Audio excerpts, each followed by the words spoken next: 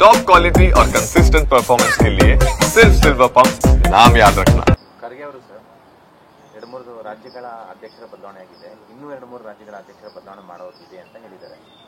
ರಾಜ್ಯದ ಕೆಪಿಸಿಸಿ ಅಧ್ಯಕ್ಷರ ಬದಲಾವಣೆಗೆ ಒಂದು ರೀತಿಯಲ್ಲಿ ಸುಳಿವು ಕೊಟ್ಟಿದ್ದಾರೆ ಅಂತ ಚರ್ಚೆ ಆಗ್ತಾ ಇದೆ.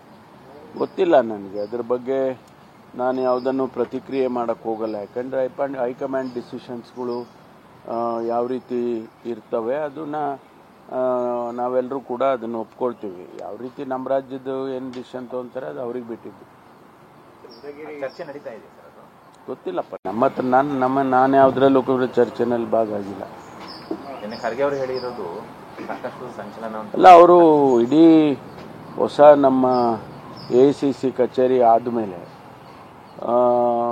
AICCಯನ್ನು ರಿಶಫಲ್ ಮಾಡಬೇಕು ಅನ್ನೋದು ಭಾಳ ದಿವಸದಿಂದ ಚರ್ಚೆ ನಡೀತಾ ಇದೆ. ಅದು ಆ ಅರ್ಥದಲ್ಲಿ ಅವರು ಹೇಳಿರ್ಬೋದು ಅಂತ ಅಂದ್ಕೊಳ್ತೀನಿ ನಾನು. ಈಗಾಗಲೇ ನಾವು ಅನೇಕ ಚುನಾವಣೆಗಳನ್ನು ನಾವೆಲ್ಲ ಸೋತಿದ್ದೇವೆ. ಹರಿಯಾಣದಲ್ಲಿ ಸೋತಿದ್ದೇವೆ, ಮಹಾರಾಷ್ಟ್ರದಲ್ಲಿ ಸೋತಿದ್ದೇವೆ, ಡೆಲ್ಲಿಯಲ್ಲಿ ಸೋತಿದ್ದೇವೆ. ಅದಕ್ಕೆ ಪಕ್ಷ ಸಂಘಟನೆ ಬಗ್ಗೆ ಅವರು ಬಹುಶಃ ಅವರ ಹಂತದಲ್ಲಿ ಚರ್ಚೆ ಮಾಡಿರ್ಬೋದು. ಅದಕ್ಕಾಗಿ ಆ ರೀತಿ ಸ್ಟೇಟ್ಮೆಂಟ್ಗಳು ಕೊಟ್ಟಿರ್ತಾರೆ. ಖರ್ಗೆ ಅವರು ಸರ್ 2-3 ರಾಜ್ಯಗಳ ಅಧ್ಯಕ್ಷರ ಬದಲಾವಣೆ ಆಗಿದೆ, ಇನ್ನೂ 2-3 ರಾಜ್ಯಗಳ ಅಧ್ಯಕ್ಷರ ಬದಲಾವಣೆ ಮಾಡೋದಿದೆ ಅಂತ ಹೇಳಿದ್ದಾರೆ. ರಾಜ್ಯದ ಕೆಪಿಸಿಸಿ ಅಧ್ಯಕ್ಷರ ಬದಲಾವಣೆಗೆ ಒಂದು ರೀತಿಯಲ್ಲಿ ಸುಳಿವು ಕೊಟ್ಟಿದ್ದಾರೆ ಅಂತ ಚರ್ಚೆ ಆಗ್ತಾ ಇದೆ.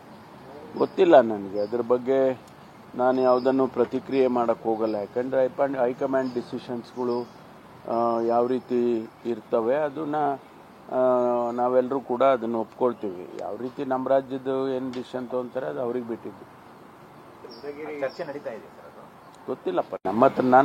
ನಾನು ಯಾವುದ್ರಲ್ಲೂ ಕೂಡ ಚರ್ಚೆನಲ್ಲಿ ಭಾಗಿಯಾಗಿಲ್ಲ. ಖರ್ಗೆ ಅವರು ಹೇಳಿರೋದು ಸಾಕಷ್ಟು ಸಂಚಲನ ಅಲ್ಲ, ಅವರು ಇಡೀ ಹೊಸ ನಮ್ಮ AICC ಕಚೇರಿ ಆದಮೇಲೆ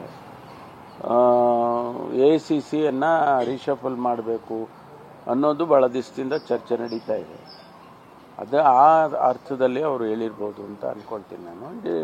ಈಗಾಗಲೇ ನಾವು ಅನೇಕ ಚುನಾವಣೆಗಳನ್ನು ನಾವೆಲ್ಲ ಸೋತಿದ್ದೇವೆ. ಹರಿಯಾಣದಲ್ಲಿ ಸೋತಿದ್ದೇವೆ, ಮಹಾರಾಷ್ಟ್ರದಲ್ಲಿ ಸೋತಿದ್ದೇವೆ, ಡೆಲ್ಲಿಯಲ್ಲಿ ಸೋತಿದ್ದೇವೆ. ಅದಕ್ಕೆ ಪಕ್ಷ ಸಂಘಟನೆ ಬಗ್ಗೆ ಅವರು ಬಹುಶಃ ಅವರ ಹಂತದಲ್ಲಿ ಚರ್ಚೆ ಮಾಡಿರ್ಬೋದು. ಅದಕ್ಕಾಗಿ ಆ ರೀತಿ ಸ್ಟೇಟ್ಮೆಂಟ್ಗಳು ಕೊಟ್ಟಿರ್ತಾರೆ.